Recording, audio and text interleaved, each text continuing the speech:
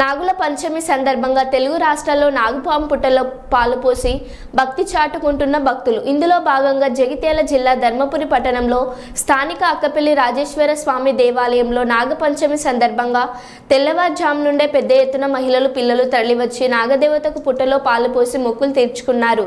భక్తుల రద్దీకి అనుగుణంగా ఆలయ అధికారులు పగడ్బందీగా ఏర్పాట్లు చేశారు.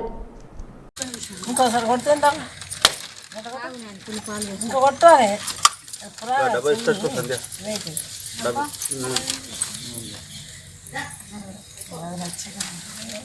इटो इटो అమ్మని ఎంకరేనా చూస్తే అట్లా ఉంటారు అదే అట్లా పోతుంటారు